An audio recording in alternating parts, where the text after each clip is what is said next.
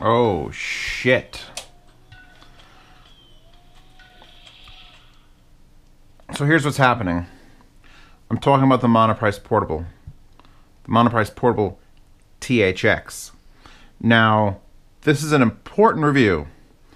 I've lined the table with exceptional things.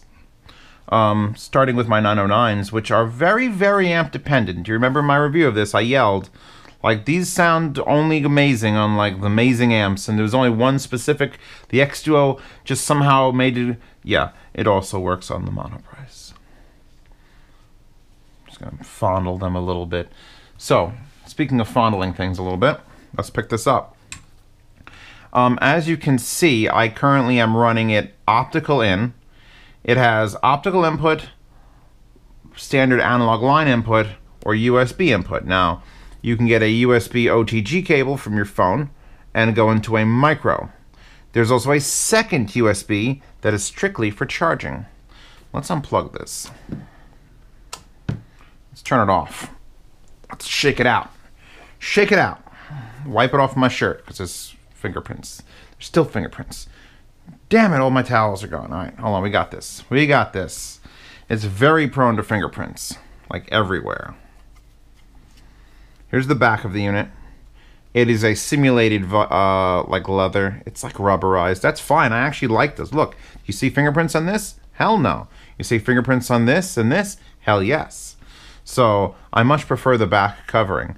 And I'm probably going to tell Monoprice I'm keeping this. I'm going to be like, look, charge me. And then I'm going to take something and put it on the front just so it doesn't get aluminum casing, aluminum around the side. THX and Dac. Now I'm going to review the other Monoprice one.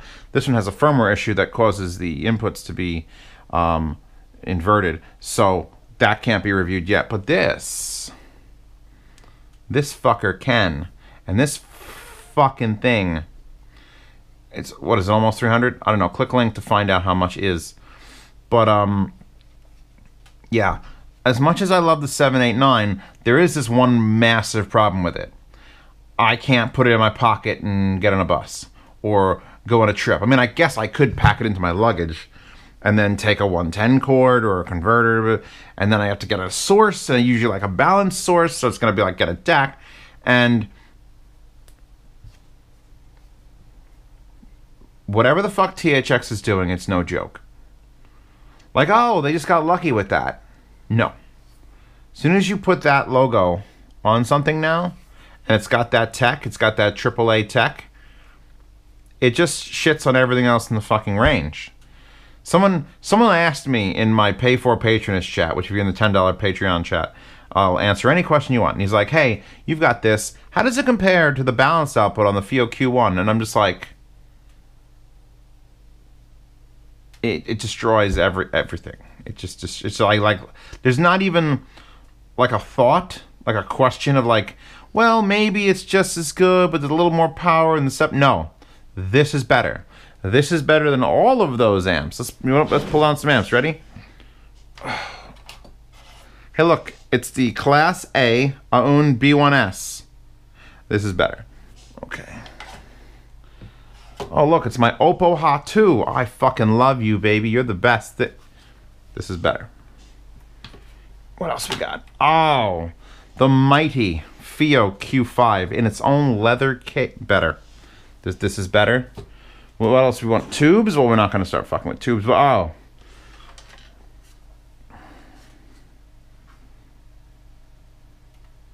This is better. That's fucked up to say, all right? You know how hard that is for me? You know what that means? It means that all this collecting and all this, like, oh, just yard sale them all. I could yard sale them all because THX decided to make a portable. Now, it's not exactly small. If I pull the Hot 2 out again, you actually see it's just a little bit thicker and a little bit wider. It's a little bit heavier. It's a chunky unit. It's got some chunk. I like a little bit of chunk. A little bit of girth on, you know, thick. A little thickness. I'm gonna turn it on. Ready? It's got a screen. I hope you can see it. It says monolith, and then it says boom. It's like It's the same on this one, and I don't know how to describe how much I love how this screen looks, because it's monochrome. It's just white and black. That's it. And it kind of feels like an old DOS prompt, like an old DOS game. So it says level mute. It's showing me the battery indicator. I had it charged, but I've been using it for a while. Battery life to be determined. It should be super efficient. I'm going to say 10, 12 hours minimum, because I've been using it. The only time the battery died is when I accidentally didn't turn it off. It has no auto off feature, because it's actually a click. Here, wait. I'm going to get this in the way first. Wait. Oh, did you see it? Like, boo, like fucking War Games is happening on my phone. That's what it is. It's fucking War Games. The interface that Matthew Broderick was dicking around with in that movie. Go watch War Games, link in the description. So you turn it on, it says monolith. It eventually says the menu. It shows you the menu. Mute, level, battery, optical, no input. Okay, so let's, here. You got 4 buttons on the right, nothing on the left. Line input and optical input on the top in 3.5mm. A single 3.5mm out. I wish it was a 1/4 inch. I think they could have probably squeezed it in here. But then no one asks for that but me. And then you could have just plopped a fucking adapter in it, and just then you would have had 3.5. But you know, that's why X-Duo still got my, like, they still got my back. So, wow, I really wish this wasn't such a mess, and I just can't clean it. But the 4 buttons are menu, back, up, down, plus, minus, enter, and input. So we want to change the input. We hold enter. It says, what do you want to change it to? Then we have up and down. So you got line, optical, or USB. That's it. Those are your 3 choices. I could have had it hooked up USB to the computer on my phone, but that makes this much more difficult, so we're going to leave it on optical. And you hit enter. Now we're back here. So let's plug that in. Should have enough length. Giggity. Boom. No longer says no input. It's getting input. It's getting that input, guys. Don't worry about it. Let's plug in, I guess, oh fuck it, we'll do it in order. We'll do it in table order, even though the argons, these are the argons, so we're gonna give it T50 mod, because that's the hardest thing to drive on Earth properly. You get it to run on your normal phone, but it won't run properly. Plug this in, my B&Os, the H6s. These are the bronzed hazel edition. God, they're pretty. And they're so well made. I feel like I need to re-review these every month to tell people how nice they are. Did I just pull that off? Look at, because it has a little dot, and you line up the dots, and then you go like, and that's how you take the pad off. Okay. So now here's the thing that really struck me about this unit.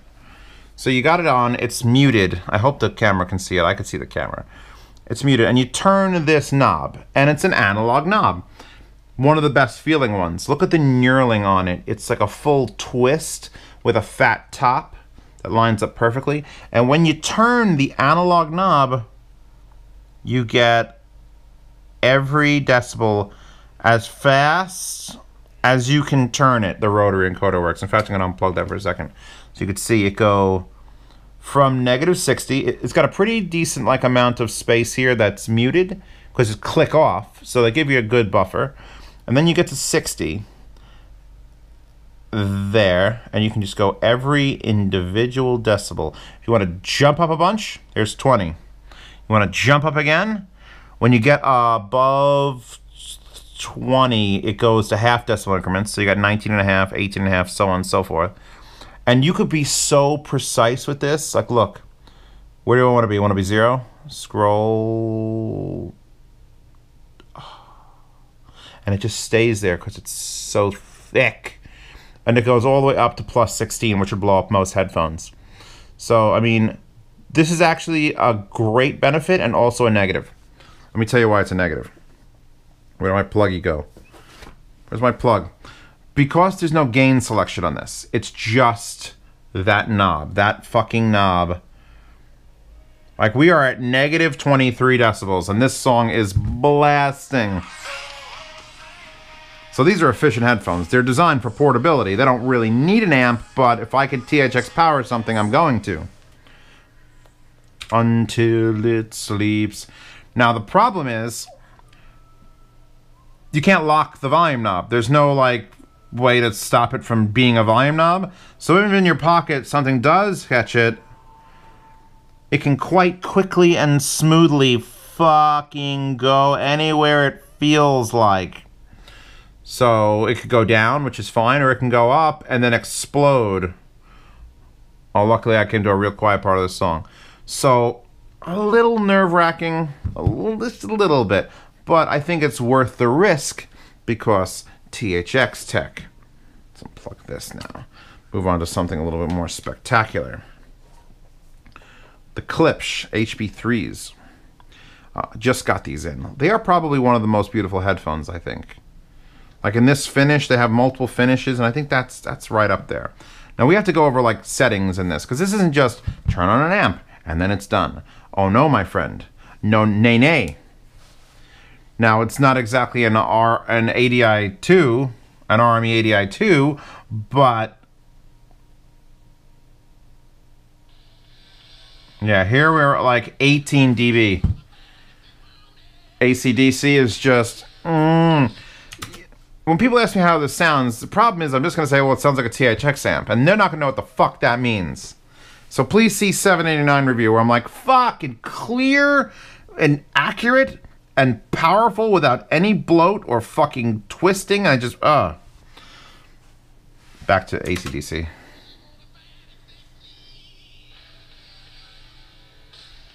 Okay. Zeos, what are you talking about? What fucking options can this thing possibly have? I mean, the problem is Dac. Dac Live is like the greatest. You know what Audacity is, where you adjust your fucking surround sound in your living room with the microphones and it listens? Dac makes Dac Live, which is like 8 times better than that. They're just a company that makes DSPs and corrections and corrective things. So I'm going to keep this volume low. And we're going to go into the menu. Here's the menu. You ready? Menu. EQ. Up. DRC. Dac. And settings. So, do I start on the EQ? Okay, let's start on the EQ because you people deserve to know about the EQ. I don't like this way you navigate on this or that. It's a little bit not conventional because it's like menu gets you into the menu or takes you out. It's menu and back. So I'm in the menu, I'm in the EQ, I hit enter. Okay, now it shows in the upper right hand corner how many pages there are. There's 4 more pages of things. So let's hit down. No, down doesn't take you through the pages, up takes you through the pages. So you get shelf EQ, parametric EQ1, parametric EQ2, parametric EQ3. So shelf EQ, enter. Low frequency gain, 0, 0. Frequency, 60. High frequency gain, 0, 0. Frequency, 8,000. You could literally shelf the fucking... I don't know why you'd want to cut off or cut off the highs, but you can. Now, you know anything about parametric EQs? Back. Parametric EQs are more interesting. Because like, hey Zeos, is that you don't have a bass boost? Fuck no, it doesn't have a bass boost. Bass boost is for pussies. This has a parametric EQ with 3 different bands you can change. So let's see, okay, parametric EQ, let's turn it on. So, all right, how do I do this? Enable, enter, no, enter brings me down. It started already. Back, okay, parametric EQ, enter. Enable, down, no, up, up. Up selects enter. So now what does down do? Turns it off. So now we're switching between on and off with this. And then enter. Enter takes me to the next thing. So let's say frequency. I want to go... Can I go lower than 50? No, 50 is as low as it goes. So 50 hertz. And this is a parametric EQ, so it's a curve. I want a gain of plus... It can go as +6 or -6. Let's do +6. Let's do a bass boost of +6 at 50 hertz with a Q value. And if you don't know what a Q value is, when you look at an EQ graph, if you want a like bump, the Q adjusts how severe that bump is. Either it's a big wide bump or it's a very narrow steep bump. So that's how much of the overall spectrum we're about to fuck with. And I like a big wide fat boost. So let's see what's the top this will go to. 2.4, 3.7, 4, 5, 5. 5. Wait, I think that might be backwards. 5 might be a point at 50 hertz. There's no graph indicating this, so you don't know until you look it up. And now I don't know because I forgot. I think the lower it is, the wider the band. So let's go lower. So it goes up to 5 and down to 0.5. Okay, that's what I'm going with. Back. Now that's Parametric EQ 1. Go to Parametric EQ 2, go into it. Do you want to enable this EQ? No, I'm not going to enable it, but I'm going to look at the frequency range. So now I'm going to go, so it goes down to 50, and it goes up to 6,000, 7,000, 8,000, 9,000, 10,000, counting with zeros. Let's just stare at her while this goes up. 15,000. So now you have a range from 50 hertz to 15,000 hertz. You can enter in an equalization, either bump or dip, and then how fucking severe it is. With 3 of those, this one offers 5, by the way, spoiler alert. So this is all Dirac shit. So you get literally, so I just want to leave the bass boost on. I don't want to put anything else on. Let's check the Parametric EQ 3 is off as well. Okay, pack back. We're not doing a shelf EQ. We're not going to cut off the low end or cut off the high end. So that's EQ. That's just EQ. That's what we've just listened to. Now I think I have to enter. Yes. Now I hit, no, back. Now I hit down, up. DRC, dynamic range control. DRC has enable, on or off, threshold, -20, ratio 2.0, low frequency offset. Anything else below that? Does it scroll? It doesn't scroll. Who does this on a portable amp DAC? Who does this on an amp DAC? Literally, there isn't a combo amp DAC that has this sort of settings in it. We'll get to it. Back. Let's go. Let's keep going. Let's go further into Dirac. Now, this says Dirac, so you're like, oh my God, Zeos, that's got to be crazy. All it has is Dirac Sense Surround on or off. That's your choices. And what Dirac Sense Surround is their crossfeed. If you don't know what crossfeed is, I'll explain it real quick. When you're listening to headphones, you have a left channel and a right channel. And they're attached to your head. That's how headphones work. Congratulations. But when you're listening to speakers, like these speakers, when the right channel plays a sound, yes, my right ear hears it more than my left, but my left still hears it because we're in real life. Headphones sort of like fuck your ears up because it's not natural. You put on headphones and something that plays out of the right, your left has no chance of hearing it. But a speaker, when something plays out of the right, you know, it gets more of it on that side, but it still gets it a little bit on the left. And that's what crossfeed does. Crossfeed cross-feeds things. And it's very difficult to do properly. It's not just add a little bit of this to that. Because there's certain frequencies that you have to add in a certain way, at a certain delay to make it sound natural.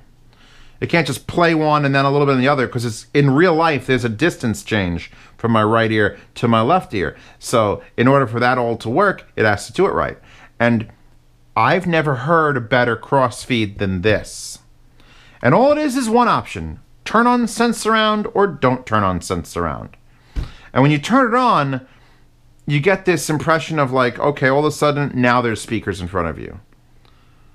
And that's what crossfeed should do. It should take the sound from your headphones and make it just move like here, but naturally.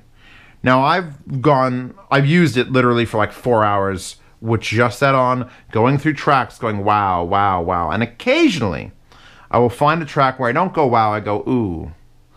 Ooh, it is possible to ooh, because here's the thing. Not all music is mixed, just so right channel's right and left channel's left.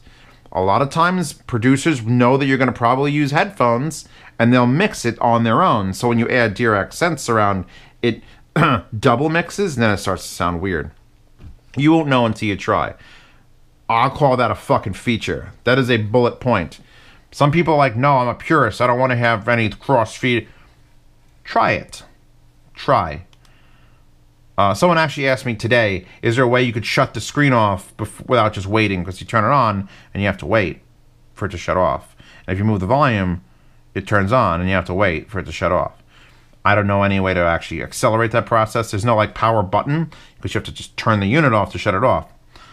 Back to the menu. So EQ we know about. Dynamic range control. Wow. Dirac. Sense surround. I'm leaving it off for now because I'm doing the bass boost first. Now we can go into settings. So let's enter settings. 4 pages here. Auto input, which will detect if it's a line or an optical or USB. I have that disabled because I don't want it auto switching if I was going to do more than one. I said I have that off. See, now here's the thing. It goes through the page. I got to hit enter, which is was before. It was up to go through the pages. Dac filter. Now you get normal, slow, and slow 2. Slow 1 and slow 2. So if you're into changing Dac filters, you can. Reset all. If you get the unit from your friend and he's dicked with it, you want to shut off the EQs. I'll probably come in here and just do reset all because there's not really that many other options. And then about. And about, you got to go and hit that. And it's telling me this is the Monoprice Monolith Portable Headphone Amplifier firmware version 1.00. So that's it. Now we've got a bass boost on, right?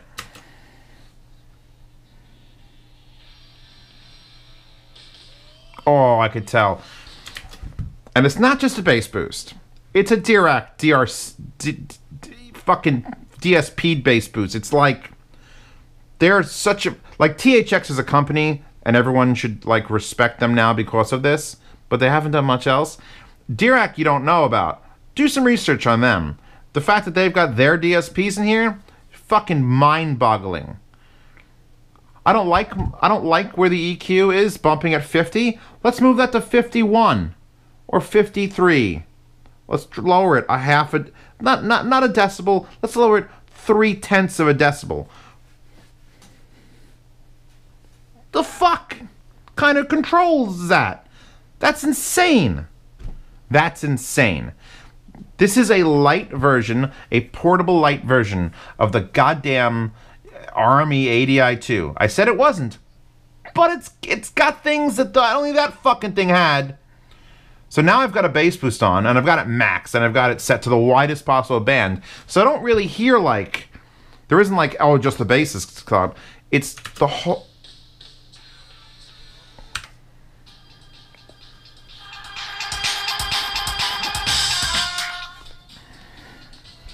It's just this big, now the bass is just this big warm thing. Want to bring up the mids? Here's the thing, you don't have to just do mid-range, bass, mid-range, and treble. You want to bring all 3 EQs down to the bass? You could have all fucking 3 of them there moving the curve around. You know, this one's at 50, this one's at 73, and this one's at 108. And they're all just doing the, whatever the fuck makes your fucking fuck. Beret. Glasses. Hot. I'm shutting off the EQ. Do you get it? Do you get it? Okay. Menu. Actually, if we go to settings. Settings. Enter. Auto input off. No. DAC. Reset all. Do I want to reset all? No, I don't want to reset all. Where's the option for EQ? I have to go into every one of them and actually physically disable them. Luckily, I only turned one on. Okay, so now the EQ is off. At least it tells you. At least it says EQ. It says EQ on. Now it says nothing. So the EQ is off. Let's actually swap out from optical to just, I'm going to output from the Geshelli Labs analog. Because all this has to do, here's the problem with both of these units. Spoilers. You push the analog input into it, it isn't just acting as an analog amplifier. What's happening now, since that Dirac Live exists and since those parametric EQs exist in a digital world, it is now has to convert from analog to digital and then dick with it and then digital back to analog for amplification. So some people are probably going to be a little bit skeeved about that. It's like, it depends on how good your ADAC is. So we have to change inputs, hold it for a second. No, not USB, we're going to line. Enter, boom, we're on line.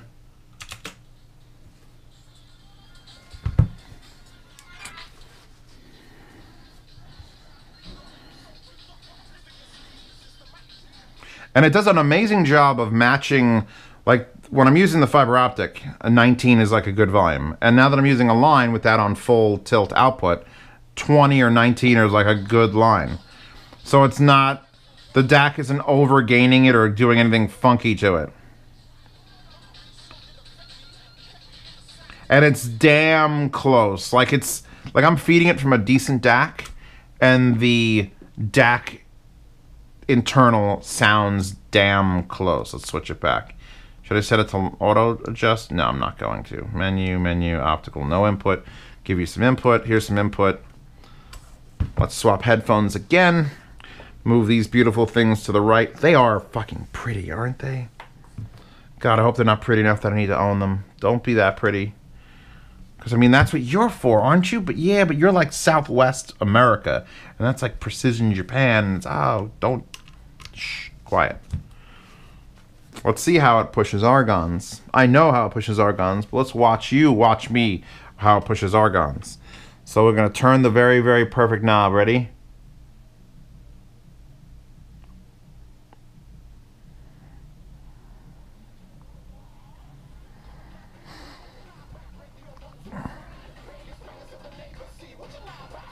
Ooh, I can't kick it to 0.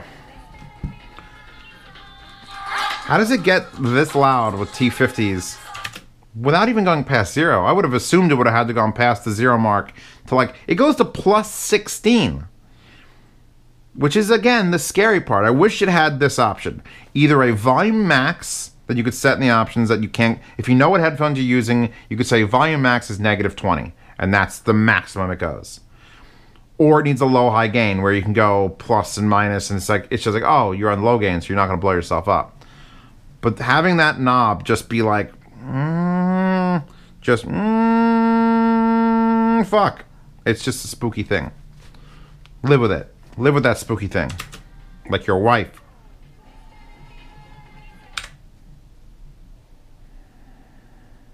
They actually make the low end happen. This actually makes the low end happen on this pair of headphones. Which usually takes like 8 watts. I could take my fucking argons portable now. I don't think that was possible. I mean, I could do it with the X Duo if I put it on high gain, and it was like, oh.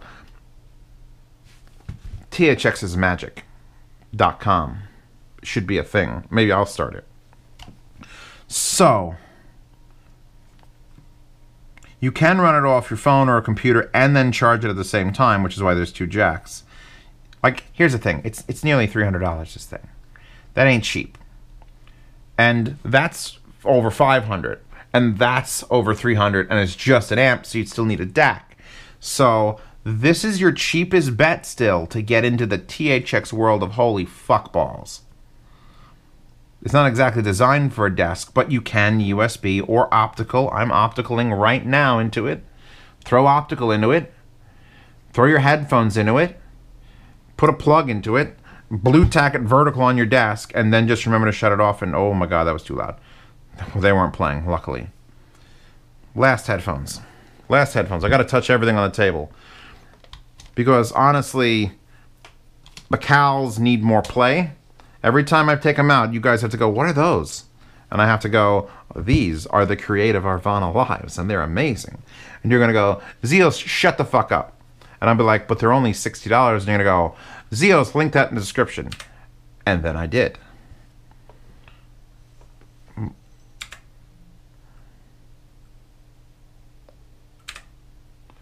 I'll just stare at my monitor while I switch tracks. I'm sure that won't bother anybody. Oh! So these get loud at like -20. There's 36 more decibels that'll go. If anyone ever had an issue with like, oh, the Cord Mojo is, you know, the best portable you could have. No, it's not anymore. I don't know what HE6s? Those old AKG 600 ohms? What it needs to go 36 decibels louder than that? I know these went to like 2, which only left 18 decibels. But 18 decibels is an insane amount of volume as well. So, I'm going to shut this off now. I think I've talked about everything. And I want to watch it do the thing again. You ready? Look, do you understand how fucking fast it is? How impossibly smooth and perfect that volume is? You need to pay attention to that. Because when I talk about this amp, it's exactly the polar fucking opposite, and I don't understand why. So this is just like, oh, smooth as butter, fast response. Go all the way down. Click. And it's a solid click. And then in a goddamn War Games Atari style close screen. Fuck you, THX. Alright? You're fucking the game up. You know who owns THX? THX, the company. You know who owns them? Razer. Like Razer gaming headset Razer. I swear to God, if Razer headsets come out with THX audio in them, I'm going to have to fucking buy a set. And they'd probably suck, because THX makes amps, not speakers and headphones. So they're probably going to just be the worst fucking headset powered by amazing amps. Link to this in the description. And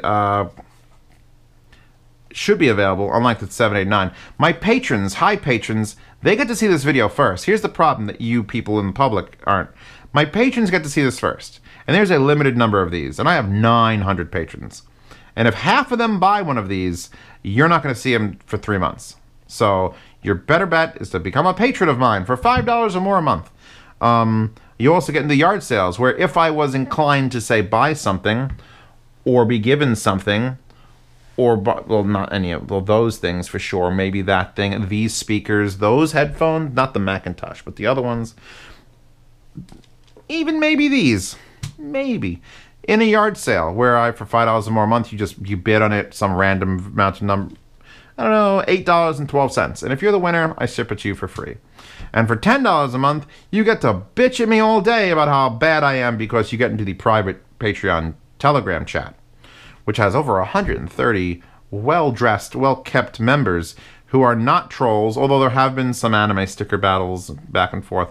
Because, you know, it's Z-Reviews. If you're not here a little bit for the anime girls, why are you here? Go find someone else to watch. So, yeah, that's the reasons to join the Patreon. See these videos first. Get in the private Telegram chat or in the yard sales. Clickety-click. The links for these, and the link for the wallpaper, and, I don't know, links to where I stream, which is not on this format. Other formats. Fuck. This is a fuck unit. Fuck you. Knit. G-U-knit, but with fuck in front of it. It ruins my... Here's the thing. I'm still going on about it because it ruins my pile of, oh, well, this is a slightly more powerful amp, and this one is very clean because it's Class A. Oh, and the Hot 2 has an amazing DAC, and the bass boost is all fucking ruined. The only thing this is missing, it's the last little bit, the thing I wanted to talk about, the last thing, I promise. The only thing this is missing to just have me go to City Hall and marry it is Bluetooth. It's missing Bluetooth. Because I don't want to plug this into my phone, and if I'm taking it portable, it doesn't make its own music. It's not a portable player. I'd have to strap it to a portable player and then hook it up with a USB, or optical doesn't happen. If this had Bluetooth in it, and high-end Bluetooth 5 or something, I'd be fucking so sold. So sold. If it was another one out, then it was $80 more with Bluetooth, I would say just buy that one. What I'm probably going to end up doing when I keep this, not if, there's no if anymore, it's fucking when, is I'm going to take the Ear Studio, that I'll link it in the description, the $100 Bluetooth receiver, which I have here somewhere, and I'm going to stick it on this unit, and I'm going to plug it into the line in, and then I'm going to use this to power headphones and that to deliver signal, and I'm going to be the happiest human being that's ever sat in a park bench and thrown spaghetti at pigeons. I'm Italian. What do you think? I throw bread? Bread's too good for pigeons. Thank you for stopping by. Enjoy the wallpaper. Enjoy the Patreon links. Enjoy the links to this. Hope you enjoy looking at me dick around my phones. I'll be here tomorrow doing the same thing, and I'll hopefully have that coming out sometime soon. They have to get back to me because that borked. That needs to be unborked. Click links. Click links here, here. This is a long 38, 40-minute review. It's a 40-minute review. It's a 41-minute review. 40-minute review. Anyway, yeah.